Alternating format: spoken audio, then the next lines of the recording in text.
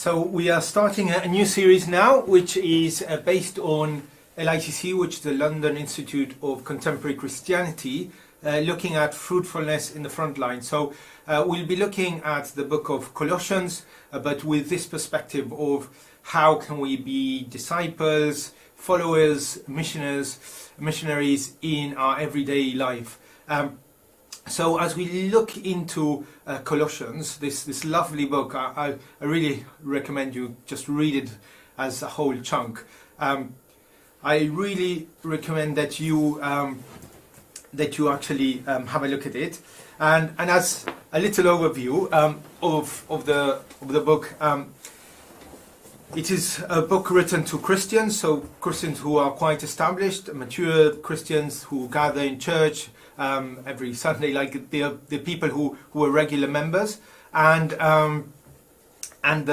he's talking about some issues that he's discovered, and that's basically that there's been some teaching coming round that wasn't right. There's been teaching that actually doesn't reflect the teaching that he had given the church.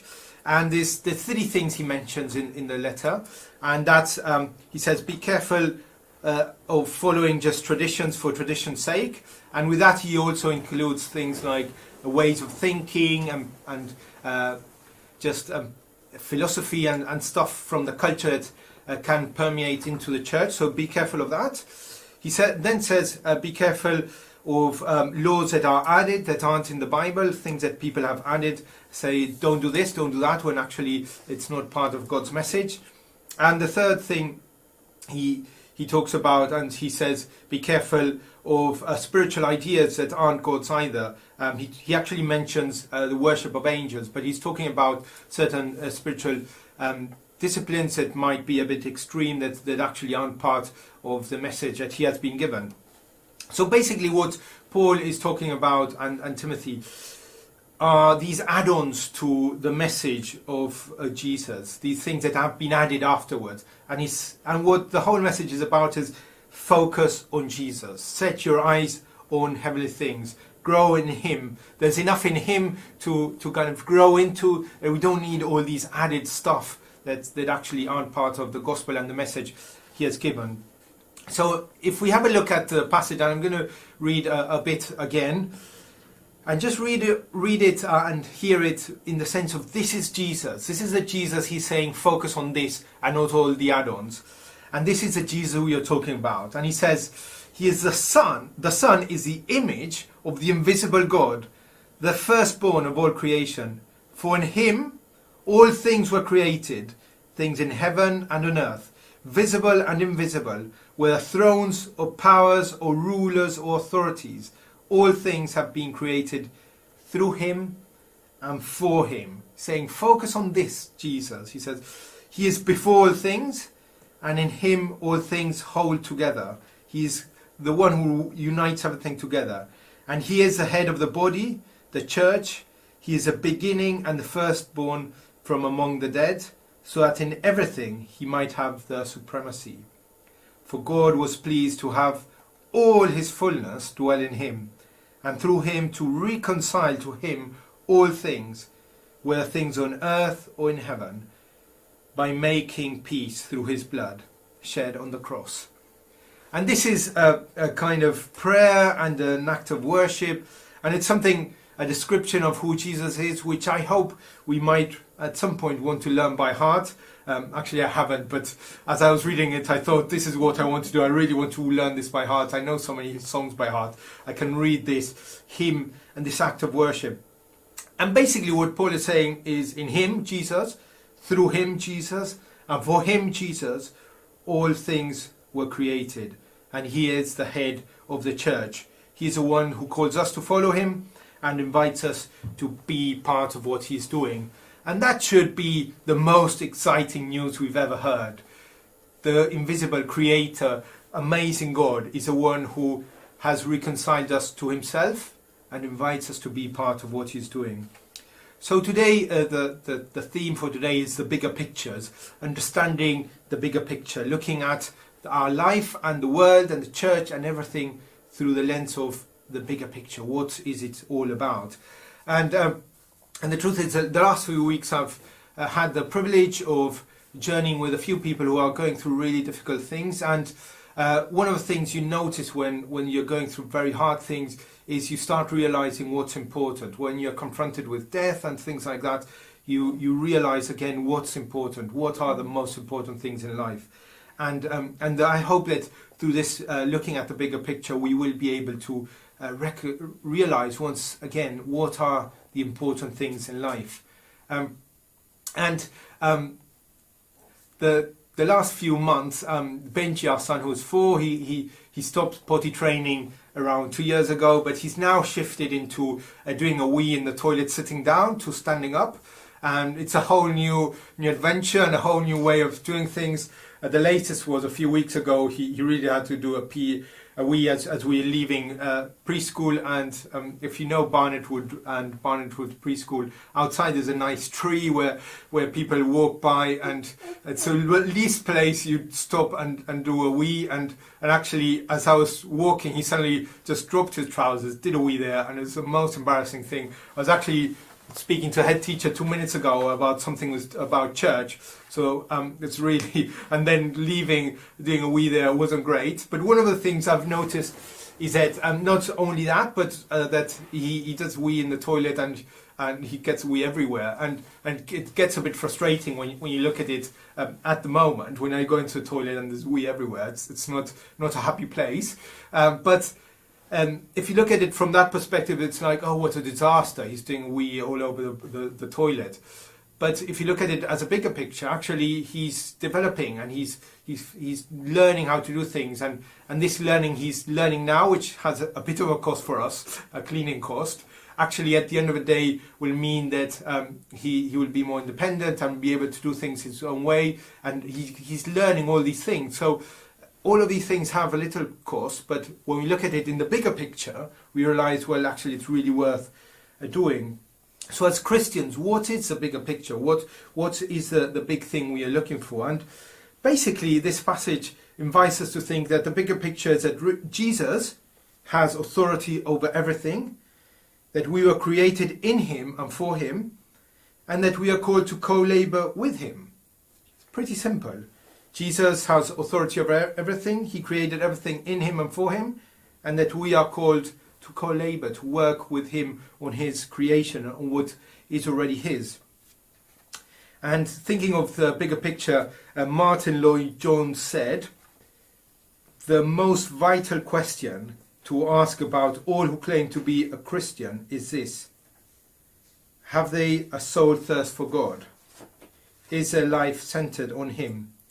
And do they press forward more and more that they might know him? I think this quote really reflects what the bigger picture is all about.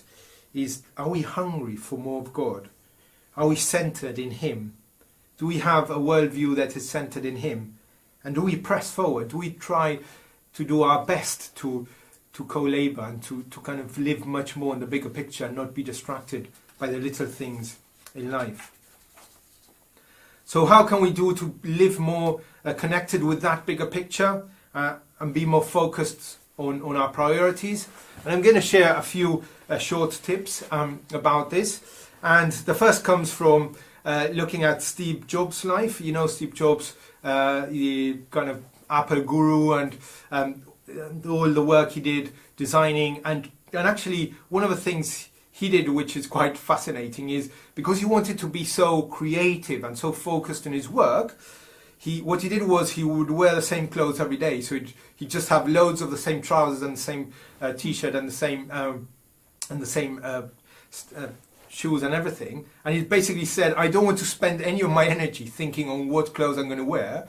So I'm just going to use the same thing every time and use all my focus and my energy on what I feel is my mission or what he felt was important for him. And he said this, he said, don't let the voice of other people's opinions drown your inner voice. Don't let the voice of other people's opinion drown your inner voice. So what he's saying was, don't hear to all these voices around you, listen to your inner voice. And obviously he wasn't Christian, but for us it's, don't listen to all the voices around you. Listen to the voice of God. What is God calling us to be and to do?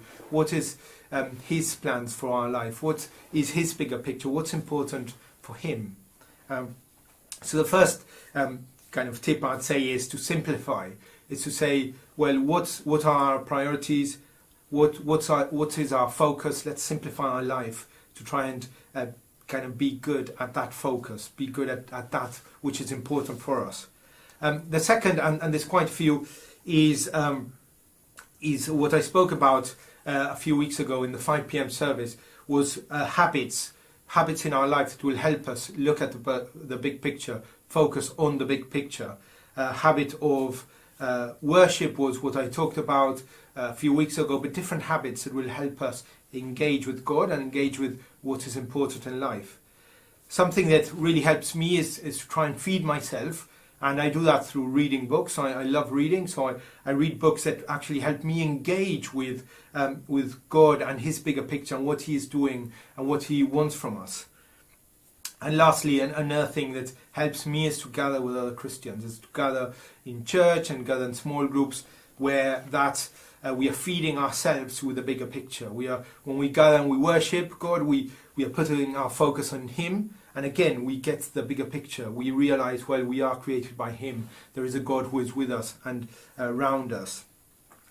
So I'm going to pause just for a second and ask Nico a question, who is here beside me. So if we can have the bigger camera. And Nico, what helps you connect with the bigger picture? We're talking about the bigger picture and kind of having more of a focus. What helps you personally connect with God or connect with the bigger picture of the world? I think very much what you just said, like simplifying is a huge thing. When I get too busy, I easily lose the big picture, and it's only through calming down and giving space for my kind of soul, my inner being, to be reminded and like to connect with again with the deep purpose and kind of the deep desire, the deepness that really helps. And I, like as you were now saying, reading books is one way of again reminding ourselves. The other thing I was thinking of is having like a group of people I can openly and honestly share with where I'm actually at. So like that we don't just need to stay at the surface level of like everything's okay, but actually just like even when things are hard. And also with faith, like to be able to express when I'm doubting or when I'm struggling, and like talk about things with their real names, really. And then, but with other people who are then committed to pray, and then we pray together, and then we share together, and they share that same passion. And for me, that is the one most important place that helps me to keep me grounded and like carry on. Is have that kind of deep sharing where God is also invited to be present, and doing kind of those two things together. That's great, and I love that you talked about the pace of life, to have a pace that's healthy, to keep the big picture. I think that's really interesting, and the kind of that smaller group where you can share more openly seems like a really healthy way to again engage with the bigger picture. And sorry, another quick question.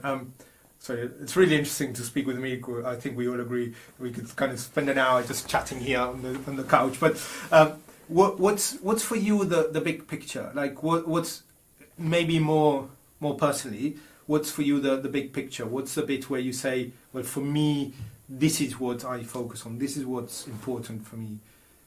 God.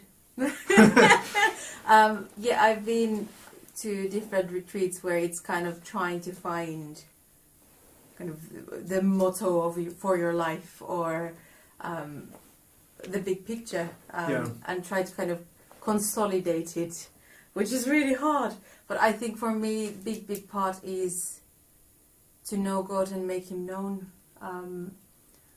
I feel for me, the big picture is to remember the kingdom of God and try to see and kind of like try to ask God how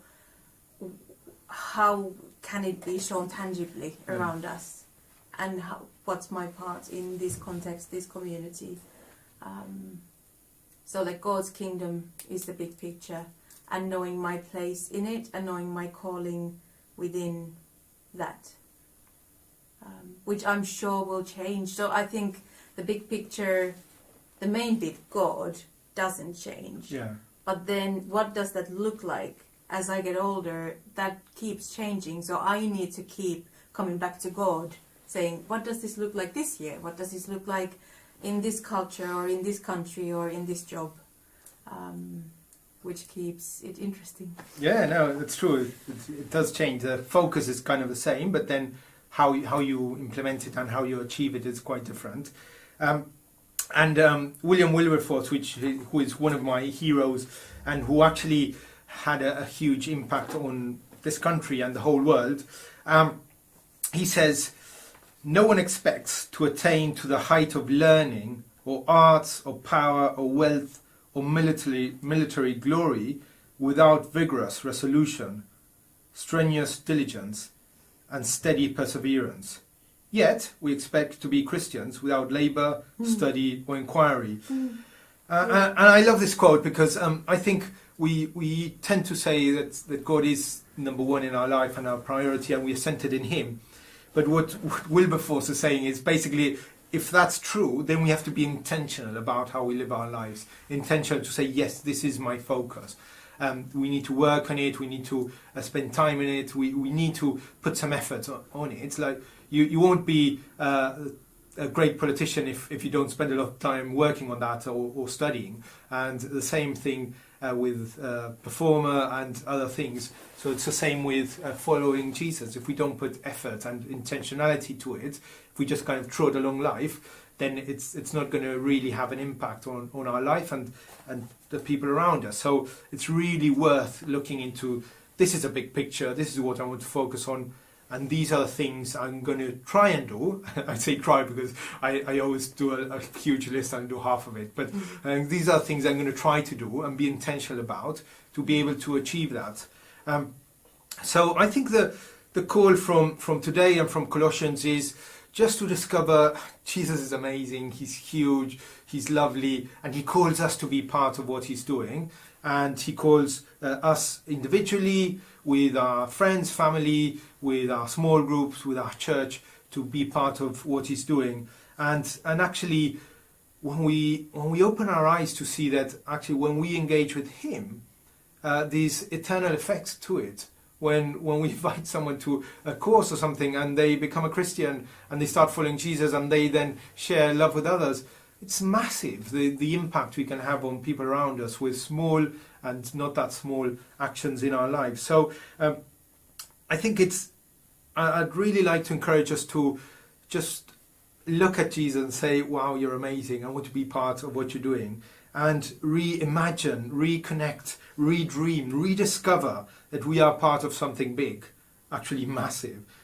And get excited about that. Because that Jesus that we just spoke about and we just read about is the head of the church. He's the one who's directing this whole thing. He's the one who is doing the mission with us.